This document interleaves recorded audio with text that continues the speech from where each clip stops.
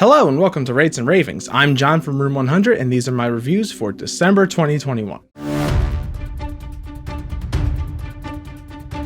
So spoilers for everything in this video, but like super ultra double spoilers for this in particular. The Tom Holland Spider-Man movies have been some of my favorite movies in the entire MCU. The characters are really strong and have great arcs. The villains are generally at a really good scale to make them impactful and kind of lower scale while still making them intimidating. And the writing and humor in tandem with Tom Holland's portrayal of Spider-Man and Peter Parker. It's all just worked really well together, always been consistently charming and kept me coming back for more. Many of people have had a lot of issues with this portrayal of Peter Parker and Spider-Man throughout these movies and the Avengers and the big team up movies and whatnot. Personally, I've never shared most of these views. I've always liked the MCU's version of this character, but had a couple sticking points. However, No Way Home rectifies all of these and solidifies the Home trilogy as the origin story that we thought we had skipped over. For a quick overview of the plot, as we see in the trailers, this picks up right after Far From Home, where Mysterio has revealed that Peter Parker is Spider-Man, leaving his life and the lives of those around him a wreck. So he goes to Doctor Strange to try to rectify this through magic, but winds up screwing up the spell, and the movie goes on from there. We didn't learn too much more from the trailers. Strange was able to contain the spell, but it turns out that some of the multiverse continued to slip through the cracks. And this manifests as the villains of the other Spider-Man movies: Green Goblin, Doc Ock, Sandman, Lizard, and Electro. All of which are portrayed by their original actors. Sort of. It turns out that Sandman and Lizard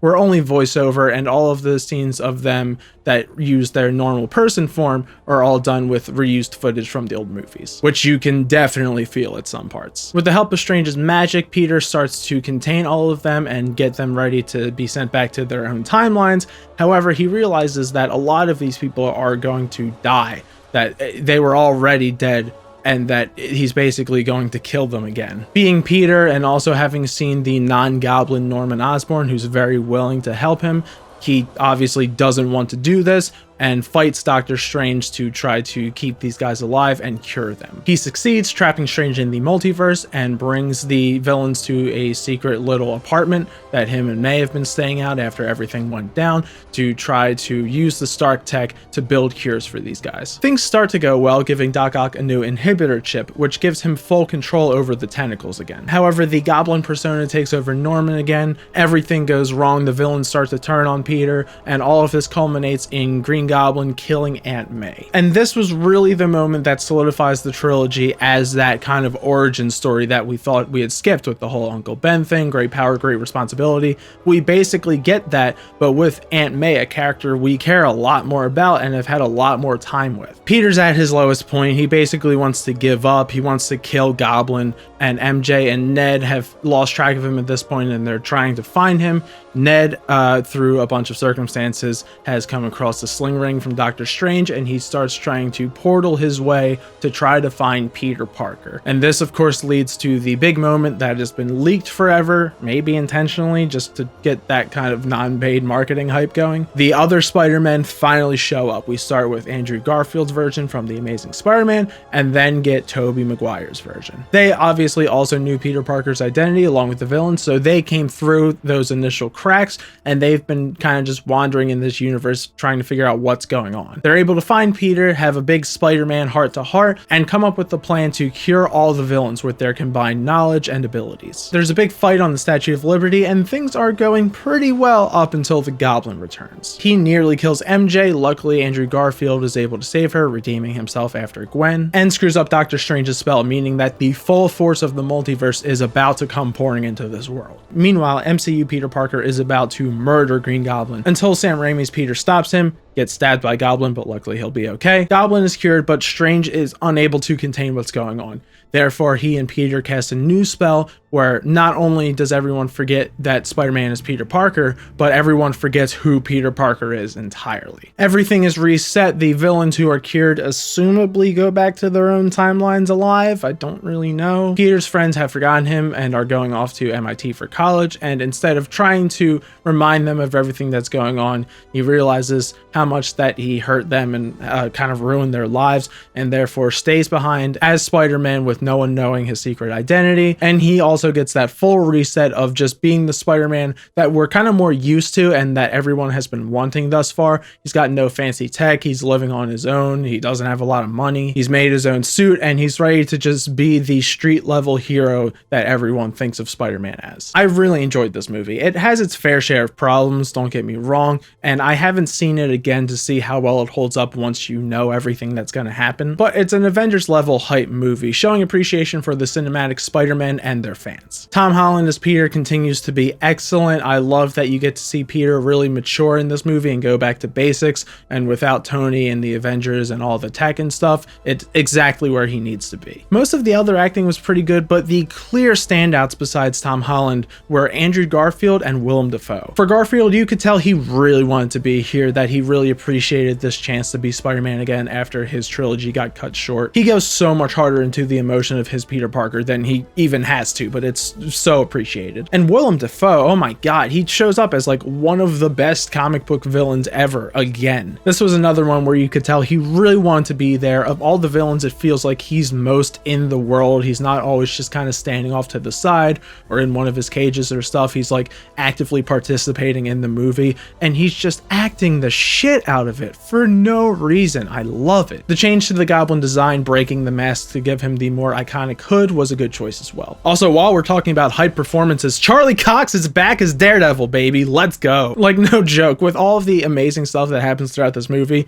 this was still probably my favorite part. He just shows up out of nowhere. He's as good as the character has ever been, and then he catches a brick and says, "I'm a really good lawyer." Stone cold badass. I love it. And following up the post-credit scene of Venom 2, we see Venom and Eddie Brock in some random bar trying to figure out what's going on in this universe. He never gets to meet up with this version of Peter before he's sent back, but some of the symbiote stays behind, and I'm very interested to see what they do with this. I'm curious if this is going to tap into the whole multiversal symbiote hive mind that was mentioned in the last movie. That would make some sense, but I'll talk more about that in a second. Tons of great moments overall, whether it was acting, in the visuals, and good uses of the score through the various Spider-Man movies. So here's where we come to the problems with No Way Home. And the main kind of gripe I have about it is just how frequently they were allowing plot holes to enable the movie's plot. The main thing that comes to mind is Electro.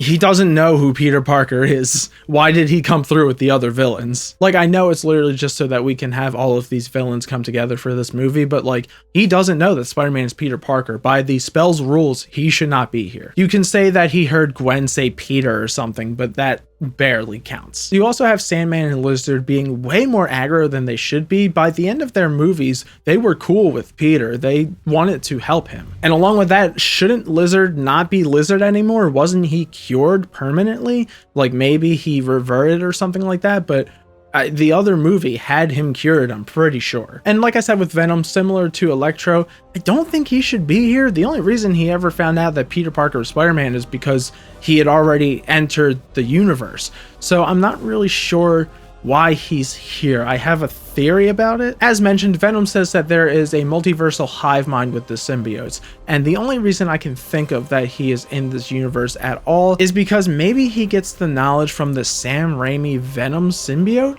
I'm not sure, because I know that he knows that Peter Parker is Spider-Man. So that is the only reason that I can think of why he would be here, or just like he found out through some other Venom at some point, I guess. Either way, I'm really curious if that symbiote left behind is going to seek out Peter Parker or try to find this version of Eddie Brock, or if he's going to find his way to Flash, which would be really weird. I don't know. There's a lot of possibilities. I said that most of the acting was excellent.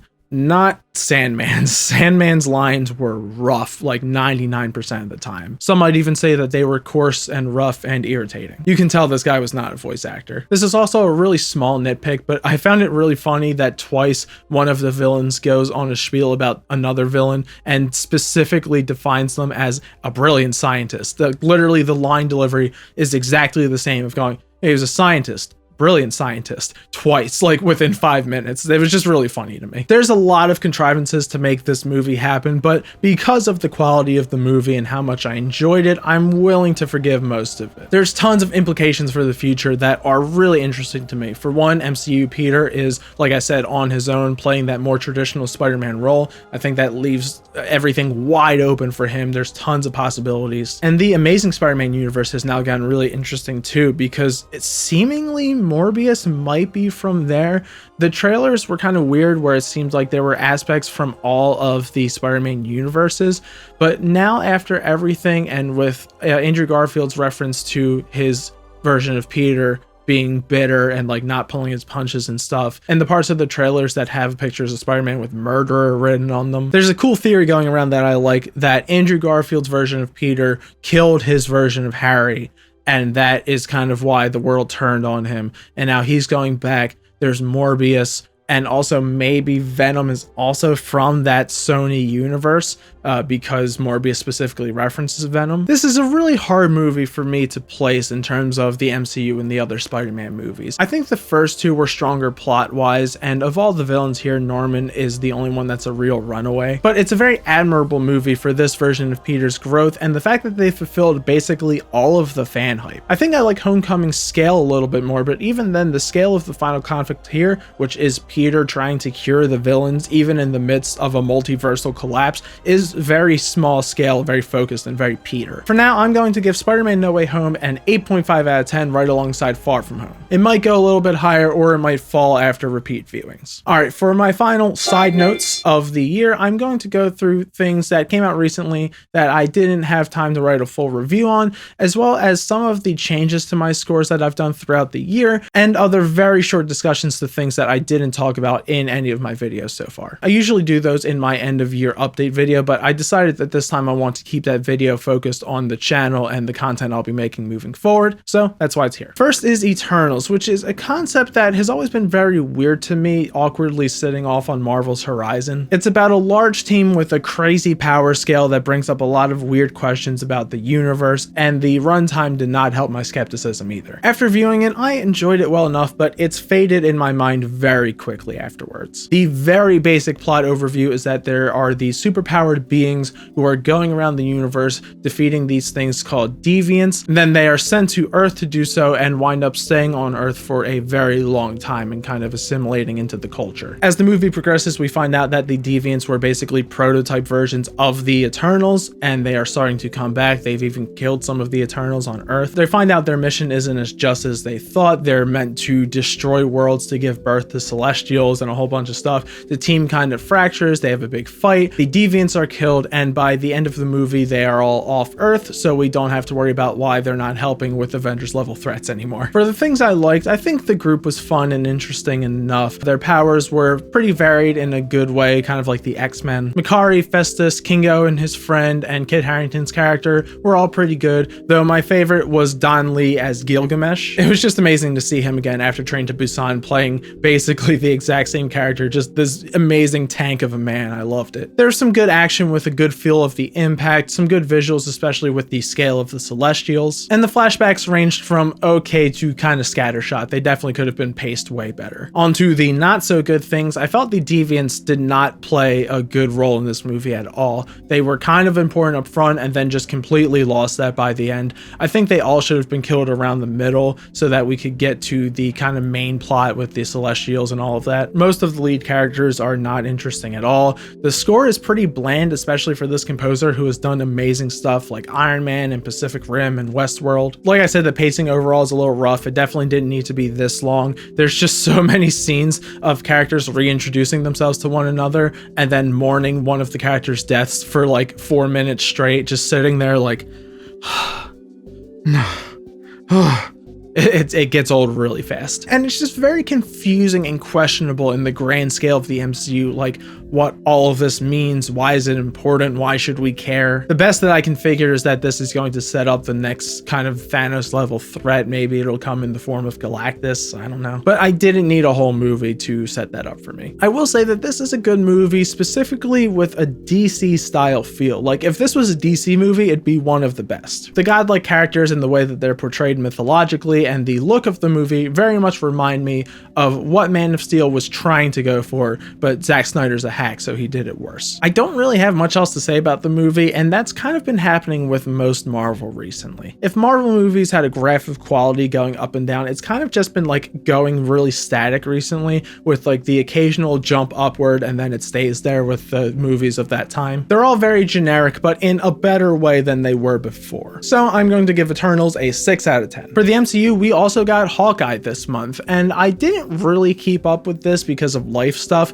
but the first 2 episodes didn't hook me into it. One thing I don't like about these shows is that I have no idea when they're taking place in terms of each other in the current Marvel timeline. Like, it just leaves me with a lot of questions like, what has the world experienced at this point? Why aren't certain characters around, or why are they gone? Things like that. I think the middle of the series got a little bit stronger. It started to focus on Clint's issues, PTSD, his hearing loss, things like that, and that helped a lot because I'm not very invested in Kate Bishop as a character. She's fun and all, but she's okay. By the end, the whole show was okay. It feels like a different tone and a different take on a Defenders level kind of threat to the city. And on that note, Kingpin is back too. Within basically a week of each other, we got Daredevil and Kingpin back in the MCU, and it's great. I'm so excited to see what they do with these characters next. On the whole, I'd give Hawkeye a 7 out of 10. And the final more recent thing I want to talk about is Arcane, the animated League of Legends show on Netflix. I really didn't want to watch this show because it was a huge risk of becoming interested in League of Legends at all, but I heard too many good things to avoid it for that long. And it was really good. You definitely don't need to know the plot of League to get into it. I had a very cursory knowledge of it, and I felt totally fine going into it. There was only a couple things where I was like, I feel like that's something from the game or from the lore, and my girlfriend who used to play League of Legends did pick up on some of those things. My main praise here is that the animation is beautiful. It feels like a great middle ground between What If's more grounded cinematic kind of feel and the pure artistic creative expression of Spider-Verse. It's definitely better than What If. If What If put in this kind of effort and care into the animation, it would have been so much better. And I think there's a really interesting difference between Spider-Verse and Arcane's approach, whereas Spider-Verse is, like I said, more expressive. It's more about the feel of Spider-Man and comic books as a whole made into an animated feature. Arcane is more character driven. While it does have those kind of big flashy graphic moments, it is more about these tiny little minute physical expressions and details that are just so cool to notice. There's interesting characters, great voice acting, and you never really know what's going to happen unless you know who the main playable characters are in League of Legends. Then you know they have a little bit of plot armor, but for the most part you are interested throughout the entire thing. I would definitely recommend it, and I would give it an 8 out of 10. Now, to get to my changed rankings from other things throughout the year, I only have 3 main things to talk about. One of those is Godzilla vs. Kong. I've dropped that from a 5 to a 4.5. At the time of watching it, I thought it was fine. I was entertained enough, but the more I thought about it, the more annoyed I got. Like, Godzilla 2014 is a genuinely really good movie, and King of the Monsters, while it has a lot of problems, does still feel accurately Godzilla, and it is still engaging. The fights aren't that good in this, and the characters are very annoying, especially the conspiracy theory guy. It's all very irritating. The more I thought about it, the more I did kind of get annoyed by that movie. Next is Mortal Kombat, dropping it from a 6 to a 5. I must have been on crack when I gave it a 6. Like, it was fine. It was perfectly acceptable, but it wasn't that good. It was extremely mediocre. I've forgotten basically everything about it, and the plot itself is not very strong, and the fighting, which is okay at times, is hindered by the awful editing. And finally, I'm dropping both Loki and What If from 6.5s to 6s. I'm just kind of lumping them together with Eternals and Black Widow. Like I said, the entirety of Phase 4, besides the real standouts like WandaVision, Falcon Winter Soldier, and No Way Home, have just been very middling. Like, they've been good, but they have left left my mind without a second thought very shortly after finishing them. Loki just has too much stuff, especially plot and character-wise, where if I think about it too much, I get kind of annoyed. And What If was just so unambitious in its visual style, and while some of the episodes are good, a lot of them are very middling. And here are just a couple real quick thoughts on stuff that I didn't put into episodes, but I would either recommend or have something to say about. One of the things I would recommend is a movie called Sound of Metal. This is a movie about a drummer who loses his hearing, and there's not really huge conflicts or antagonists or anything like that. It's mostly just watching this character come to terms with everything, start to learn about the deaf community, as well as experiencing the hearing loss and implants and things like that. It's all done in a very interesting way. Definitely recommend that. And in the same week that I watched that, I also watched Promising Young Woman. This is a dark comedy about a woman out for revenge on behalf of her friend who has taken her own life after some guys did some terrible things. At first, it's kind of vague as to what she's actually doing, like if she's killing these guys or what, but it seems like she's more just out to humiliate them or to threaten them and things like that. She's just going out to find these predatory guys and to teach them a lesson. Some really great performances. Bo Burnham is in this and he does a great job, and it all builds up in a very interesting way. I've been watching more and more A24 horror movies such as Midsommar and The Lighthouse. I don't know what all you people see in these movies. I think they are extremely middling. I really don't think I'm missing anything. Like, I don't think I'm too dumb for these movies. I just think that artsy film students love to get off through these movies and think that they're extremely clever.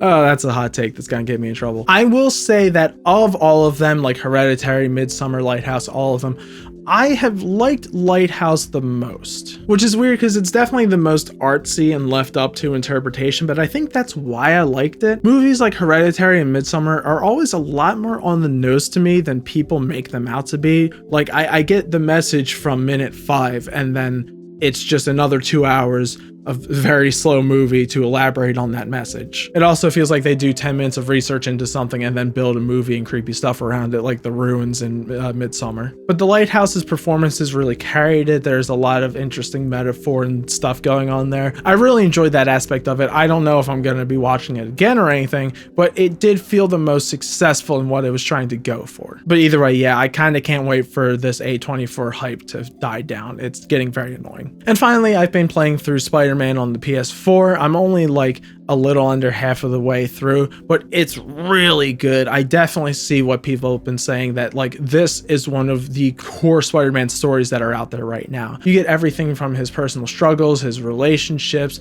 and then all of the Spider-Man stuff, this huge group of villains. It's all really interesting and it plays great. All right, that is all I have to talk about. So I hope you've enjoyed these videos throughout the year, and if you have any thoughts on anything I talked about in this one, let me know what you think in the comments. Only one more video for the year coming out tomorrow, being my general update video, and I'm going to be talking about changes I'm going to be making to the channel, certain series that are going to come and go, new video ideas, music, things like that. Are going to discuss all of that. So if you have any interest in that or want any input into where the channel is going to go, definitely check that one out. Be sure to like and subscribe, and as always, thanks for watching.